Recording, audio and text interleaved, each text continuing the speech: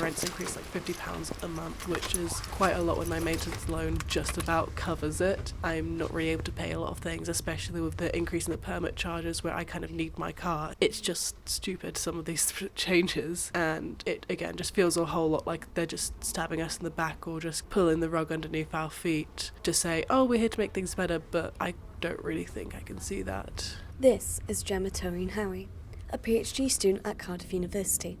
For her mother, who has mobility issues, the council's decision to cut public transport really isn't an option. Well, my parents has a mobility issue, so they find it really hard to actually walk around for long times. We usually use these 1 to 2 hour free parking as a way for us to visit places and to park near, because they find it really difficult to walk maybe more than 15 minutes or so. And I understand that they're doing this to try and cut down on the usage, but I do feel like this was actually going to target a lot of people with mobility issues. She says, while the cuts may generally push people to use more environmentally friendly ways of travelling, for her family it will mean an over-reliance on taxis, making it harder for her to budget her day-to-day life during the cost of living crisis. The transport links are definitely not as good as they used to be, because they've cut down recently a lot of the services, and definitely timings of these services, as well as not always the trains actually being able to run on time. And a lot of the time, especially now with the really bad weather, there is not very reliable train service, and if it's discouraging using like cars,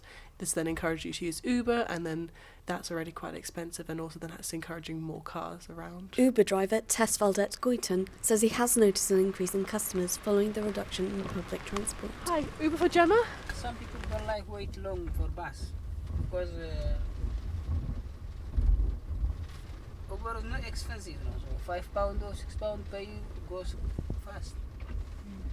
If you wait for bus late or something like that.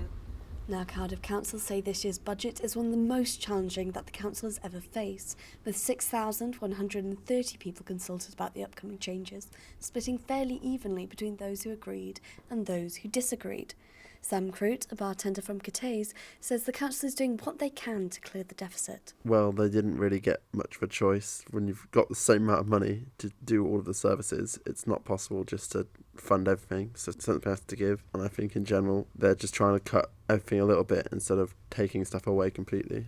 But even those who agree with the changes acknowledge that the council should have done more to inform residents. Well, I'm only finding out about this now, so no, not really. I didn't get any notice on that. I didn't get a letter. Again, I haven't been notified about that. The only reason I know about anything about the cuts at all is because I knew they released a statement, and I follow some like Cardiff accounts on social media. It feels like I'm the last one to hear about something that's actually affecting me, especially when they've been knocking on doors saying, oh, we want to help the community, we want to know what to do better, and it feels like they're taking away a lot of the services which make up a community or help a community grow when people are already struggling. Ultimately, it'll be up to the council as to whether these plans ever come to fruition.